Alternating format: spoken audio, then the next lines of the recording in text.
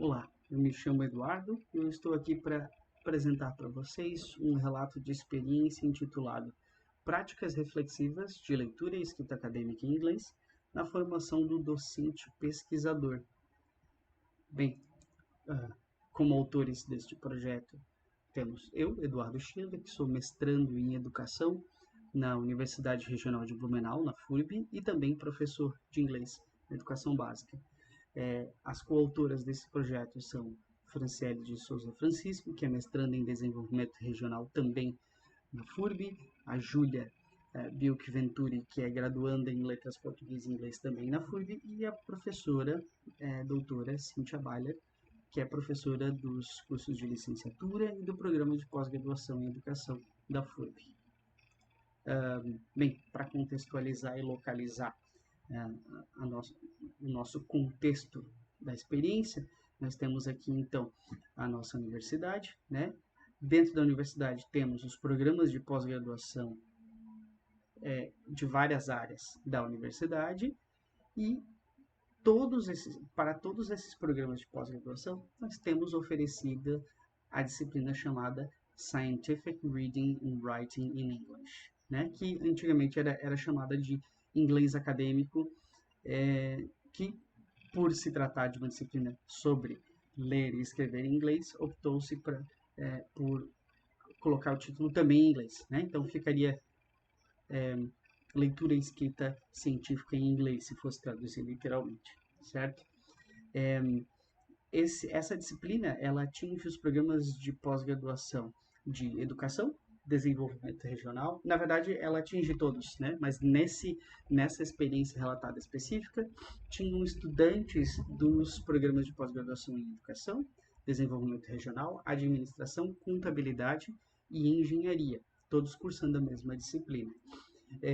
Dentre estes estudantes, tinham estudantes de nível de mestrado, doutorado, alunos especiais e alunos ouvintes.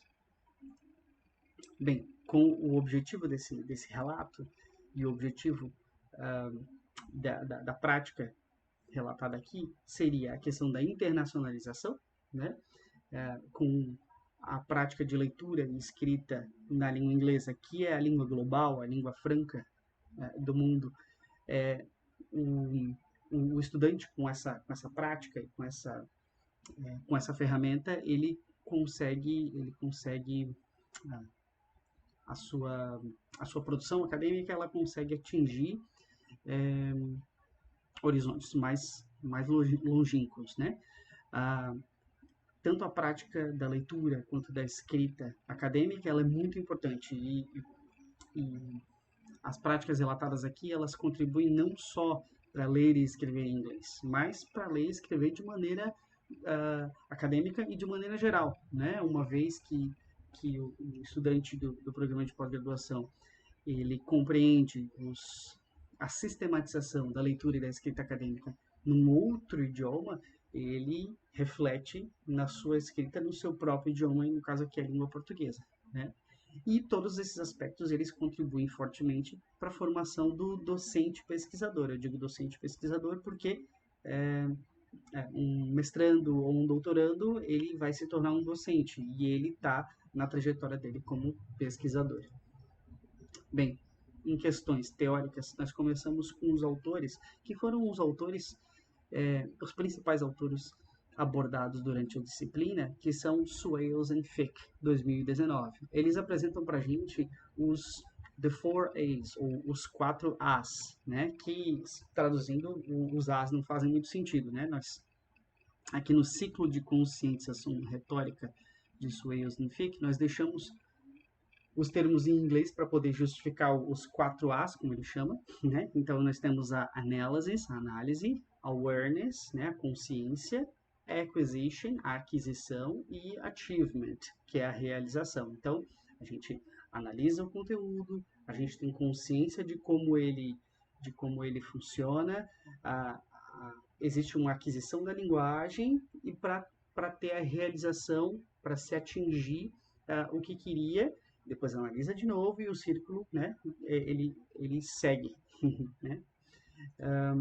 Bem, foi foram estudadas principalmente nessa disciplina, no primeiro semestre de 2023, a estrutura de como abstracts funcionam. Bem, os autores Swales e Fick, eles trabalham com os termos writing moves, ou movements, né? Que a gente vai chamar em português de movimentos, né? Eu trago vários termos em inglês porque a disciplina toda acontece em inglês. Bem, segundo os autores Swales e Fick, um abstract, ou resumo, de um artigo científico em inglês, ou mesmo de dissertação ou de tese, ele apresenta 5 movimentos, né, de maneira geral. Então, no movimento 1 seria a contextualização, a introdução ou a situação. Né? Ali, nesse movimento vai estar o que sabemos sobre o assunto, porque esse assunto é importante. No movimento 2, nós temos a investigação em curso, ou os objetivos, né? Sobre o que é esse estudo e onde ele pretende chegar. No movimento 3, nós temos os métodos, ou materiais, ou procedimentos, ou assuntos, dependendo de se for uma pesquisa quantitativa ou qualitativa, ou seja, como foi feito de uma maneira. Né? No movimento 4, temos os resultados e as descobertas, né? O que foi encontrado. E no movimento 5, nós temos as discussões, a conclusão, implicações e recomendações. Okay? Ou seja, o que as descobertas significam. Né? Nas práticas e estudos desses estudantes, foram analisados corpos de 10 abstracts, cada estudante selecionando abstracts dentro da sua área de interesse, né, para que o estudo faça sentido. Utilizando cores diferentes, como a gente pode ver aqui do lado, os estudantes foram separando, foram identificando melhor, né, os movimentos de escrita. Né? Foram percebendo que alguns abstracts têm todos os movimentos previstos, alguns não têm. Né?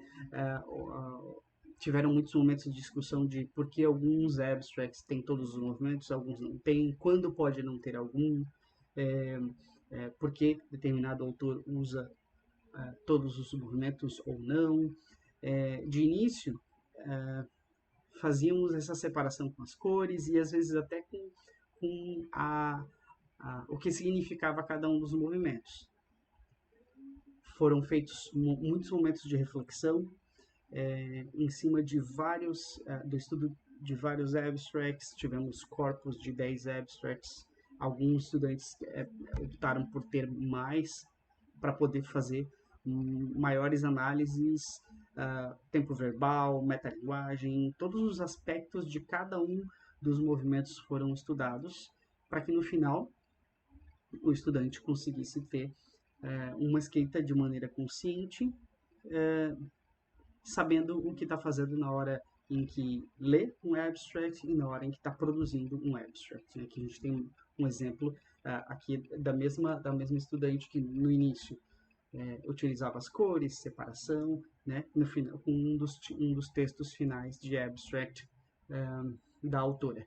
Bem, como considerações finais, nós conseguimos perceber que a leitura e a escrita consciente e eficaz, ela se fez presente no final do processo. Né? Os estudantes, eles tinham uma sensação de autoeficácia e eles tiveram a construção de um modelo mental de crescimento, ou seja, o estudante que começou a disciplina dizendo, eu não sei inglês, ou que achava que não sabia, ou eu não sei escrever um abstract, ou eu só escrevo e vejo o que vai dar.